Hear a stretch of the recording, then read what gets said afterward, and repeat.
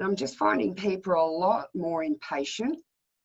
They're even aggressive, whether it be in the traffic or it's in the supermarket or wherever you might be. I just find, you know, these two things are really prominent at the moment, and it makes sense because we're all being subjected to some big changes that are foundations for all of us, and in so many ways I think we can safely say everybody's reality's changed. And I feel like we're in a free fall moment still, where we haven't quite landed where this transition is taking us. And I think what we really are starting to see is what I would like to call the awakening, because that's what I feel like is happening for me. It's been happening for me for a long time, but I think in a massive sense it's really happening. And because I'm noticing things, even if I'm very conscious and I've been doing the work, I'm still human and still subjected to the same energies everybody else is, and the same learning processes as while I'm down here. So, you know, I am going to, in that, have my problems with aggression or impatience. And it's about understanding why. And if you can stop in that moment and go, it's okay, you're just scared. And then you go, well, what are you scared of? Well, because I don't know what's going to happen. Or I had plans to do this, and so a lot of it is, you know, these can be very real fears, especially when we're financially committed and we may have lost our business or our employment of some sort. And there's those very human pressures mounting up on us where we struggle at the best of times anyway, you know, when that part of our life's a little bit rocky. But when we're seeing it on a collective, everyone sort of seems to be running around in their own little chaotic bubble. Well, it's not necessarily chaotic. Like I said, there's a few different groups starting to form, and there are ones that are very chaotic, and you can see them. It's almost like there's meteorites coming from the sky, you know, and they're like, ah! And, you know, a lot of us are seeing that with the news across the world and how the riots are happening. And this is really a great example of how on edge society is, and because of COVID and everything that's going on. But also there's been a lot of energetic things coming in, you know, with planetary alignments and eclipses and lunar eclipses, and all of these still affect us as well. And I think it's contributing to what we're seeing. And there's this quickening taking place where there's everything's speeding up, you know, and it's so fast that there is this sense of transition where there's no place we can go back to except maybe under our own roof, where that little bubble of our reality still maybe exists to some degree, where it feels safe. And if we kind of try and detach from what is going on out there in the world and just try and shut that off for one moment, because it's not to say that we shouldn't pay attention to what's going on and be mindful with our health and how we affect others, but having that time in your day, and I would suggest doing it when we wake up so that our program for the day is already set. But then before we go to sleep, to understand the day, because what I'm finding is that we're very much being asked to live in our now. You know, we're not getting that opportunity, not even, I mean, up here with the border change is so frequent. We almost have to check our emails daily now, because do I need to print a new pass that allows me to do that? And so it really brings us back to this sense of the now, and is right now okay in your life. So when I am having maybe a little bit of an impatient moment, or these moments have been building up to the point where I'm now starting to get a little frustrated and angry, it's about going into that safe place in my head saying, it's okay, you're just scared. You're scared because you don't know what's coming. It doesn't mean it's bad. So let's go back to where we can see everything around us is okay right now in this moment, whether I'm sitting in the car in traffic or I'm trying to do a menial task at home like thread a needle. It can be that simple. It's not to lose it. It's not to lose it in that moment. It's to take the breath and stop struggling. And I kind of keep seeing this vision of all of us like a turtle being flipped onto their back, you know, and the ones that are kicking and fighting this are exhausting themselves, because that's not going to flip you over. The only thing that will guarantee that is patience and calmness, because it can't go forever.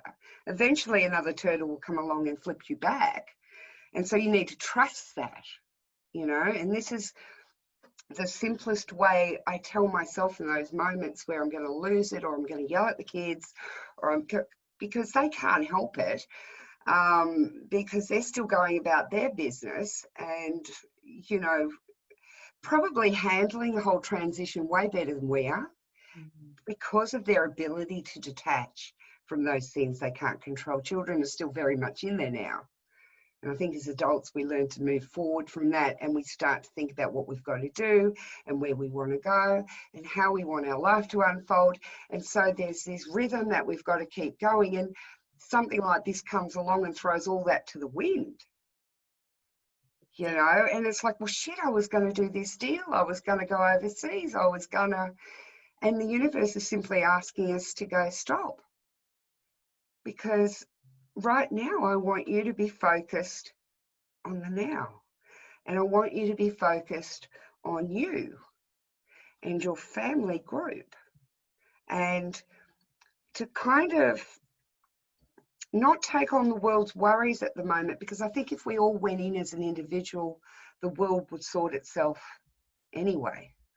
I think it's the lack of mindfulness in our journey that makes it all the more, gives us this sense of feeling lost in it all. And it's like being stuck on a rapid, you know, and you're going down towards the falls and you have no control over this. And if we fight in this, is where we usually drown.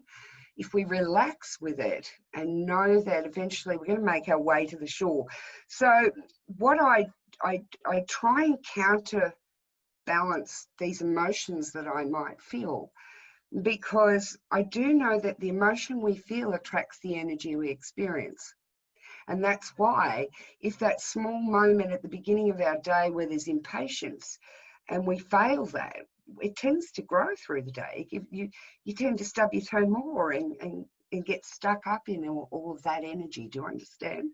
So if I'm feeling aggressive, I will transform my thoughts into a more loving thought process so that I can transfer the energy so that I can move back into that flow with it. If I'm impatient, I try to relax and be patient. If I've got blockages, I don't see them as blockages, but more a way to get some clarity, and I'm being redirected. But we're really being encouraged to trust this process and to trust not just ourselves, but the other co-creator, which is the universe, spirit, is creating with us, and it's on our team. But I personally feel humanity has been on a course where we are more and more disconnected. We've never been so disconnected from each other, from our families. Our lives are busy. We work so much, and parenting is like on the run. You know, and this is how much, if we look back over the last 6 months of what we've all been going through, and I can acknowledge that some people's environments may not have been pleasant ones to experience, but at the same time, it was an opportunity to get clarity. Do I want to stay? Do I want to leave this person? Do I want to leave that job? Do you understand that where there was immense pressure, it was simply the volume, full volume, so that we can see what we don't want, right?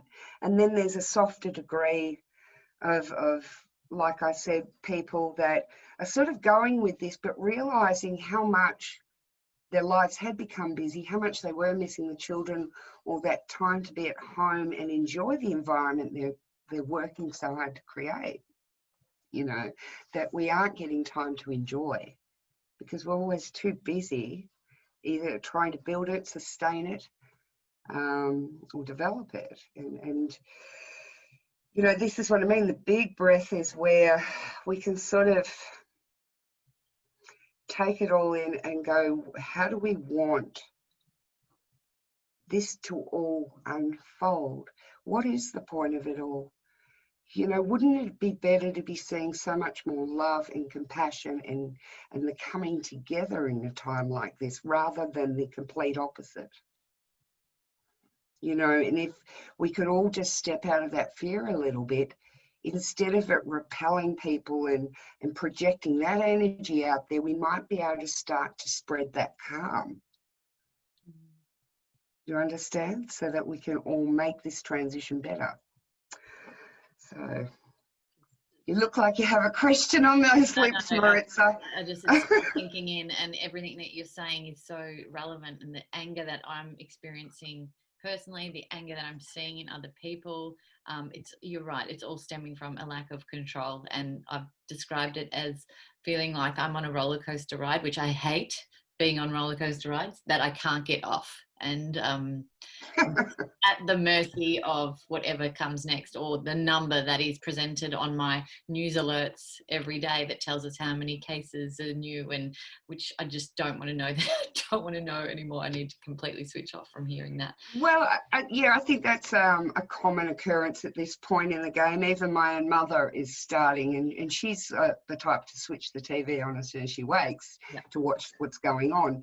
But I choose, and I stopped doing that with my day a long time ago, years ago, only because as someone that's extremely sensitive, I was taking in all that bad news, and it was really programming my energy for the day, because I was in a more of a disabled state, rather than being in, how can I spread love? How can I be a positive effect? I'm out there sort of feeling the world too much. So, I mean, I keep my finger on the pulse, I stay informed, but then I switch off, and you have to switch off.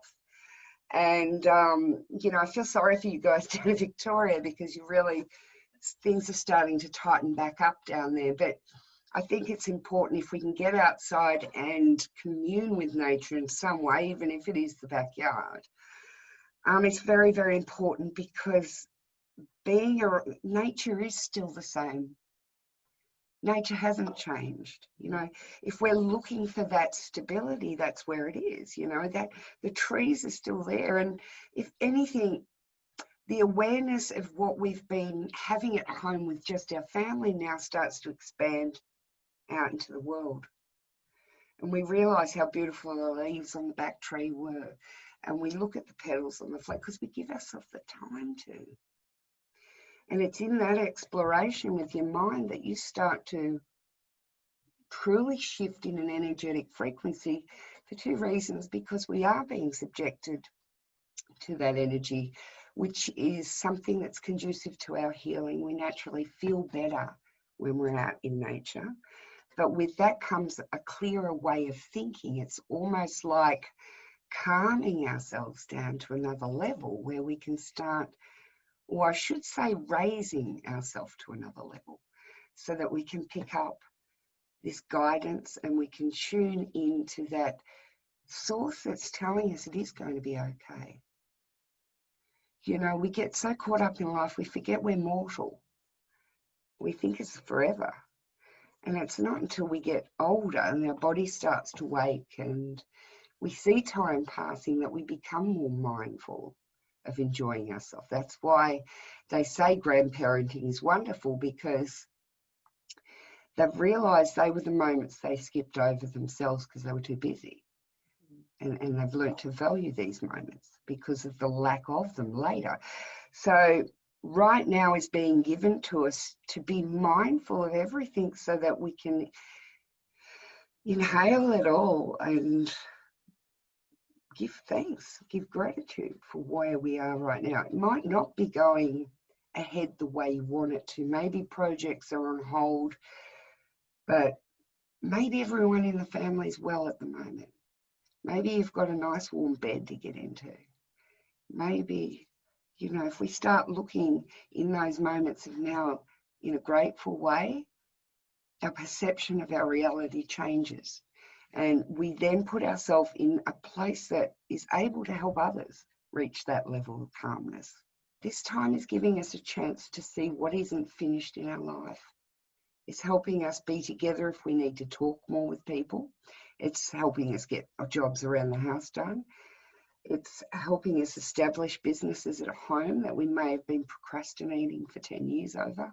There's a lot of beautiful things that are coming from this, as I'm sure there's some not so beautiful things. But like I said, all of these blockages aren't blockages. They're just a language being transferred at the moment that maybe you're not able to translate fully, because you can't see what the outcome is. You can't, that fear of not knowing the outcome ruins the whole journey. And we miss it because we're so worried about whether it's going to work or not. Instead of just enjoy it as you go. It is like your roller coaster, you can absolutely be petrified and scream all the way through it, or you can relax and go, well, I can't get off. How can I make the experience better? And it's really just about shifting the way we're looking at everything. And it really brings you back to a calmer state where you feel capable of dealing with what's next. And you deal with what's next when it appears.